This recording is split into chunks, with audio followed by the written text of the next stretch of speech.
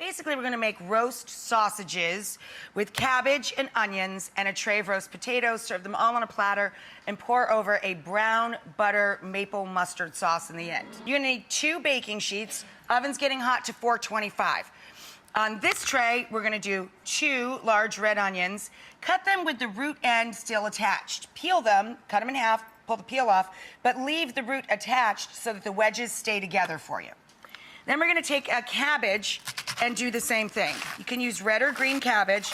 I am also gonna throw on a couple of bulbs of garlic. I separate the large cloves and I take away the stem of the garlic, but I leave them in their jackets so they don't burn in the oven. See, they're still in their skin? You just give them a fat crack with your knife, then these will get roasted and soft and delicious and very mellow. So you throw all this on the sheet tray, AKA baking sheet. Hit it with some olive oil. And then you're gonna dress this with a little salt, pepper, and nutmeg.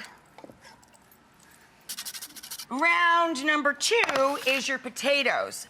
I like fingerling potatoes for this because they have the same cook time ratio to this. We're gonna hit this with olive oil, a little bit of granulated garlic,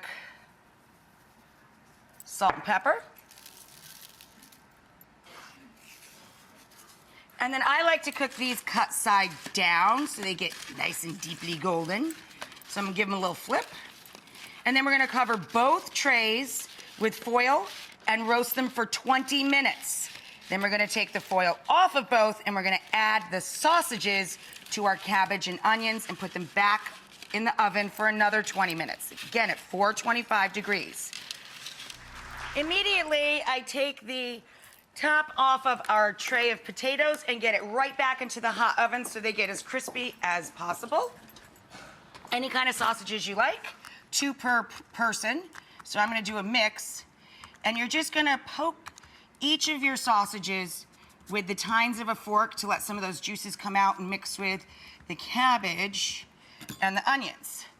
Pop these guys on here and get these back in the oven for 20 minutes as well. I have some butter melting in a pan, about 6 tablespoons. When the butter foams, see the bubbles and the little foam comes to the top? You add lots of sage leaves. So we let the sage leaves cook gently till they start to get firm. Then we're gonna take them out and drain them on a paper towel. Then to our brown butter drippings, we're gonna add equal amounts, about a 1/4 cup each, of grainy mustard and maple syrup. When you pull out your sage leaves, the solids in the butter are browning and it smells like nuts. It's very fragrant, it's delicious. To that, we're gonna add equal amounts of our grainy mustard and maple syrup, about a 1/4 cup of each. Give this a little swirl. So here's our crispy sage leaves.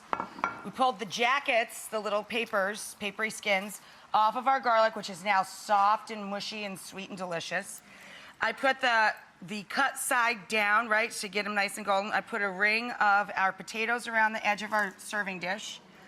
And now we're gonna layer in our cabbages. We scatter our garlic around, right?